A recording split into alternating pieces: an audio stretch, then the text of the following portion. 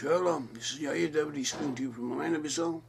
We are continuing our study of the book of Exodus. Today we are going to discuss Yitro, Jethro, the father-in-law of Moses, the father of his wife Zipporah, and also the Ten Commandments.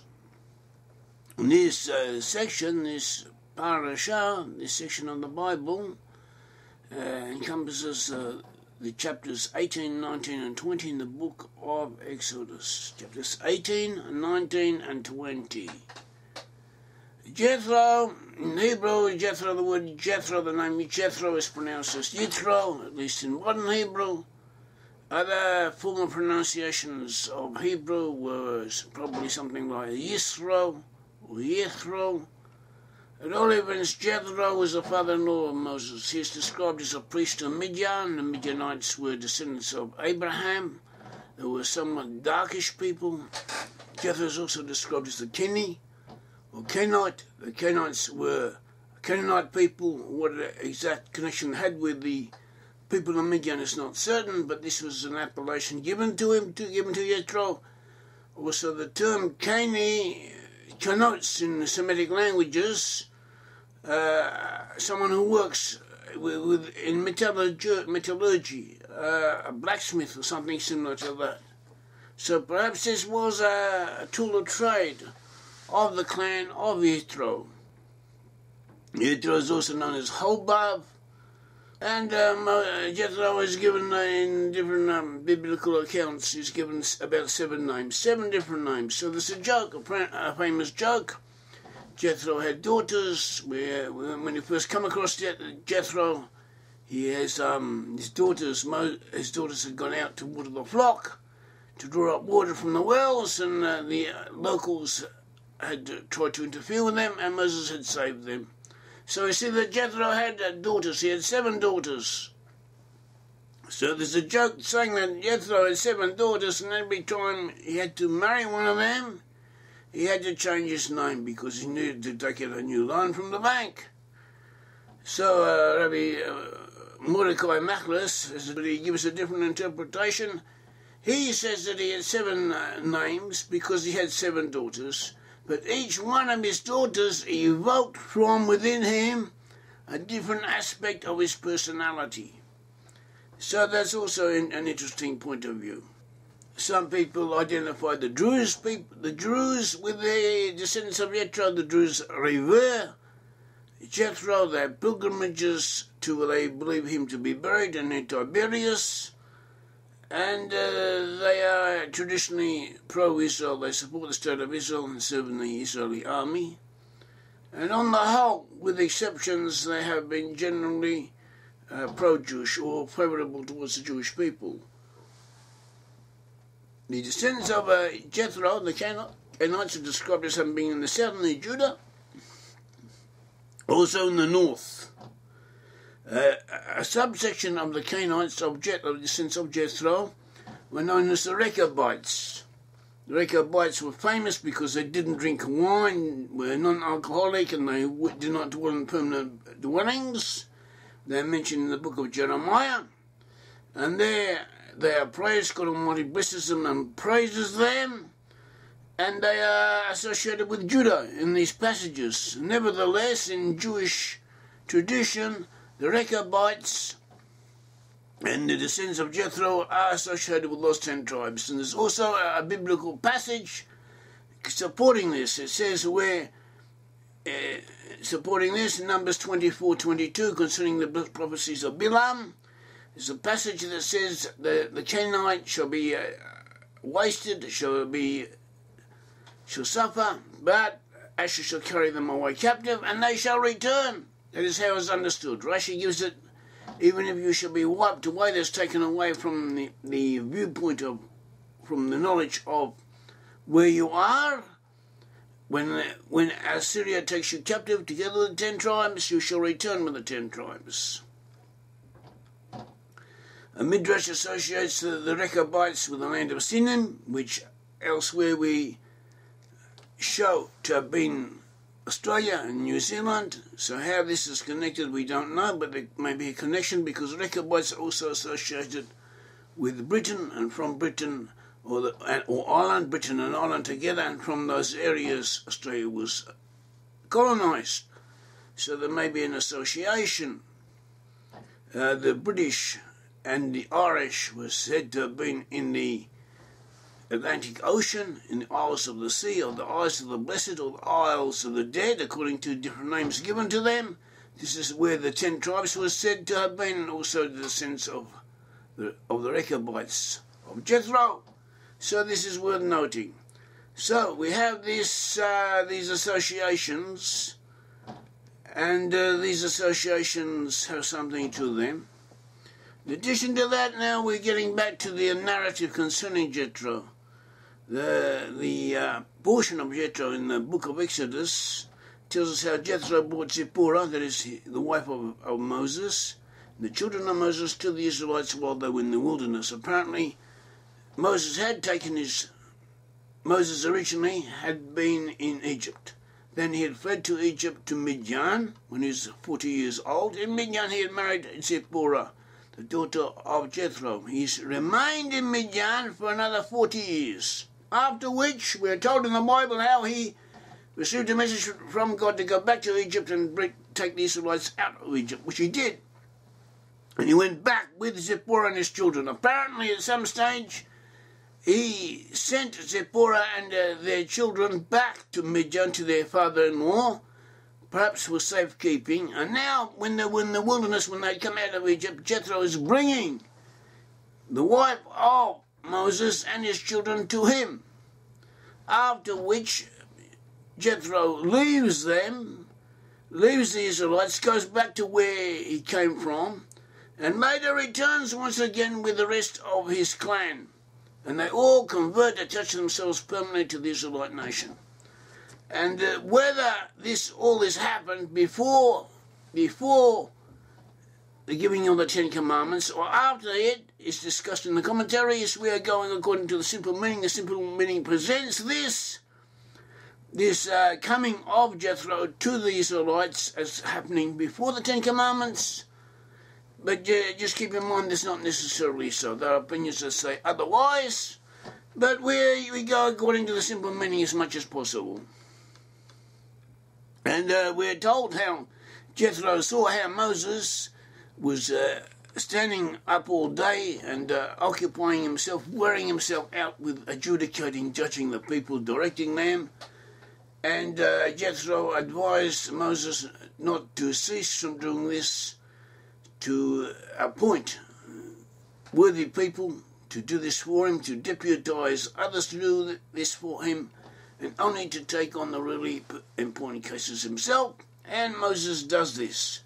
We also find in Exodus 13, verses 25, 26, 27, Moses chose able men out of all Israel, made them heads over the people, rulers of thousands, rulers of hundreds, rulers of 50s, rulers of 10s, and they judged the people at all seasons. The hard cases they brought unto Moses, but every small matter they judged themselves.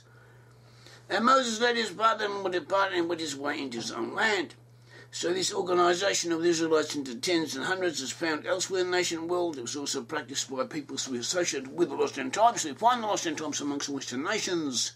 We find them in the countries of Scandinavia and Finland, Sweden, Norway, Denmark. We also find them in the peoples of the Netherlands and in northern France or other parts of France and Switzerland, and in Belgium and in the British Isles, in Ireland and Northern Ireland, Scotland, Wales and England, and in the offshoots overseas in Australia and New Zealand, and in North America and Canada and the USA. We obviously do not say that everyone in those areas is descended from lost tribes. We do say that that's where the lost tribes are. That's where the Bible indicates they will be in the end times, and that's where we have to look for them and direct our message towards them. So Terry Marvin Blodgett, he wrote a work, an important work, Phonological Similarities in Germanic and Hebrew, showing how Germanic languages, including English, that these languages have similarities to the Hebrew. And he also showed how certain aspects of their characteristics and of their social organisation are similar to those of the Hebrews.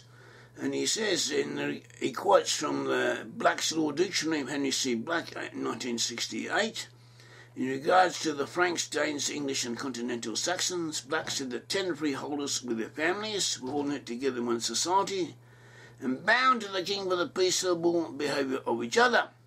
In each of these societies is one chief or principal person who from his office was called teething man, now tithing man, as head of a 10-man group. These 10 families were part of 100 each, being 100, a group of 100, and then from 100 they went divided into 2 groups of 50, and so on. So they had a similar organisation to that which the Israelites had. And the Israelites had picked up this organisation after Jethro had advised Moses to so reorganise the people. And so we have these 10 commandments. The 10 commandments is what were given to the Israelites. 10 commandments are 10 specific commandments, injunctions in their own right. In addition to that, according to certain authorities such as Saadia Gaon and Nachmanides, are also generic principles in which the rest of the commandments may be categorised. There are altogether 613 commandments in the Bible. And according to these authorities, every single commandment can be placed in one of the categories represented by one of the 10 commandments. So that's an interesting way of looking at it. It's worth considering. Many of the commandments today concern such matters as temple service, ritual purity and so on. They are not applicable today. Rabbi Aryeh Kaplan, in the Handbook of Jewish Thought, Volume 1, 1979, tells us the number of commandments which apply to everyone under all conditions is 270. Of these, 48 are positive and 222 are negative. Kaplan also says the Torah and its commandments were given only to Israel. It's thus written, Moses bound us by the Torah and inheritance for the community of Jacob, Deuteronomy 33:4. Similarly, God declared his word to Jacob, his decrees and laws to Israel. He has not done this to any other nation, Psalms 147, 19, 20. Therefore, continues Kaplan, no law appearing in the Torah is binding on any people other than Israel. The only exceptions are the universal laws, which are known as tradition, to be binding on the entire human race. This is usually indicated by a special redundancy where the commandment is repeated, especially for Gentiles. So the Gentiles have commandments of their own, and these commandments are known as the 7 laws of Noah. They're actually quite more numerous than 7 because in all their details and applications they're quite a large body of law. And this is what the Gentiles are commanded to abide by. They're not commanded by the 10 commandments because the 10 commandments include not only the 7 commandments of the children of Noah, also other matters such as keeping the Sabbath and so on, which are applicable only to the children of Israel, only to those Israelites under the law, and that is in our day only to the Jewish people. The Jewish people are obligated to keep the law and to abide by it, and that is an obligation of theirs because they know who they are. They have been picked out by the Almighty to bear the task of all of Israel, on behalf of all of Israel, to clarify the law and to put it into practice until eventually when the Messiah comes and when things become more clarified, we will have ways and means and directions from the Almighty as to who the lost 10 tribes really are and who is and who isn't an Israelite. Until that time, we can only go according to our instincts and our feelings. People from the lost 10 tribes who believe they descend from Israelite should look into this subject, learn about it, apply what they can, and learn the Bible as they know best. They should not want to be Jewish at this stage or to keep all the laws that the Jews keep. There are exceptions. We are speaking in general terms. So we have the 10 Commandments. And so these 10 Commandments, they begin in Exodus 19 after the arrival of the children of Israel at Mount Sinai. And they're there for 3 days, waiting before Mount Sinai. There's thunder and lightnings, a thick cloud upon the mountain, and the voice of a shofar. And people assemble together at the base of Mount Sinai. And then Moses goes up there, and he went up, and then he returned, and he prepared the people. And then God speaks to all of the people.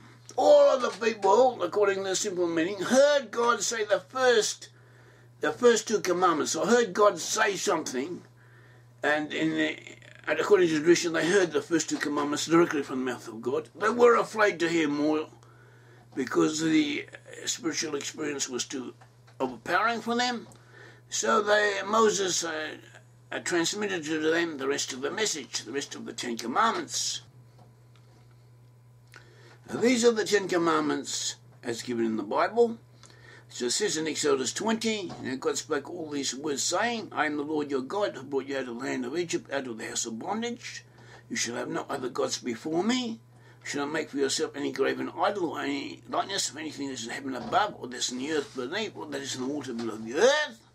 You shall not bow down to them or serve them, for I, the Lord your God, am a jealous God, visiting the iniquity of the fathers and the children to the third and fourth generation of them who hate me, and showing kindness to thousands of them who love me and keep my commandments. In other words, God punishes the descendants of wicked people to the third or fourth generation, and he shows favour to up to 1,000 generations of people who do what God wants. And according to traditional explanations, he punishes people who are bad when they continue to do bad things. In other words, a person is, as if to say, on probation. If, God forbid, your father, your grandfather, or someone in your family tree was a bad person, so he will be punished for it. If you two go in his tracks and do as he did, then you too will be punished for it. You will receive an extra punishment, or not necessarily an extra punishment, but less consideration, one could say, if your father or grandfather had done the same thing. Whereas, if your father or grandfather had been a good person, you will be given consideration. And not only that, if you yourself are a good person, you will be blessed even more. So this is worth knowing, that everything we do carries a price with it and a reward. And we should try to do as well as we can for our sakes, for the sake of our peoples, for the sake of our families, for the sake of our descendants, and also for the sake of our forebears, because you can help alleviate any punishment that should have gone to your ancestors by behaving yourself here. It's worth knowing. All events, we up to number 7. It says, you shall not take the name of your Lord your God in vain, for the Lord will not hold guiltless anyone who takes his name in vain. Do not write the name of God. Do not try and pronounce the name of God. God does not want this. It is against the Bible. The 8th commandment is, remember the Sabbath day and keep it holy. 6 days you shall labor and do all your work, but the 7th day is the Sabbath to the Lord your God. On it you should not do any work, or you, or your son, or your daughter, or your male servant, or your female servant, or your livestock, or your sojourner who is within your gates. For in 6 days the Lord made heaven and earth, the sea and all that is in them, and rested on the 7th day. Therefore the Lord blessed the 7th day and made it holy. Honour your father and mother, that your days may belong in the land which the Lord your God is giving you. You shall not murder. You shall not commit adultery. You shall not steal. You shall not bear false witness against your neighbour. You shall not covet your neighbour's house. You shall not covet your neighbour's wife, or his manservant, or his maidservant, or his ox, or his donkey, or anything that is your neighbour's. And that is it. And all the people witnessed the thunder and lightning, the sound of the trumpet, and the mountain smoking. And the people saw it, they trembled and stood at a distance. They said to Moses, you speak to us and we will listen, but do not let God speak to us lest we die. They were overcome by this spiritual experience. And Moses said to the people, do not fear, for God has come to test you, so that the fear of him may be before you, so that you do not sin. People stood a distance away as Moses drew near to the thick darkness where God was. So that is it. That is the giving of the 10 Commandments. The 10 Commandments are an important symbol in the USA, in courtrooms and different places. People have replicas of the 10 Commandments and little statuettes of the 10 Commandments, and they attach importance to them. The 10 Commandments in the USA have come to represent important principles of liberty, of abiding by one's conscience, by doing what is good, by doing what is needed to be done, and by belief in God. And there's somewhat of a public controversy over this, because not all Americans like to see a plastic representation of these holy words. At the beginning of the giving of the Ten Commandments, God Almighty revealed himself to all of Israel, as we said. It's an interesting midrash on this point. A midrash is something, words of the sages, that was not included in the Talmud, was included in other books and other sources, but that was spoken by sages who otherwise are represented in the Talmud, on the whole, the exceptions. So according to this midrash, it says that all the souls of Israelites were present at the giving of the Torah, when the commandments were given at Mount Sinai. All of the Israelites were there. All of the Israelites who were destined to be born. All the people of the world who are destined to attach themselves to Israel, to convert and become part of Judah, part of the Israelite nation, they were also there. Their souls were there. Not only that, but the Israelites received the Torah. They received all the Torah, the message of God, and they also received all the messages of the prophets and all the messages of the sages, but they did not enunciate them. They were not clearly read out to them, but subconsciously they absorbed the essential message in a spiritual sense, so that later when the prophets came and spoke out what had to be spoken out, they were recalling to them, bringing up from the subconscious the message that they had already received. These are powerful words, interesting words, and may God Almighty guide all of us and teach us what we should do and how we should go. Thank you.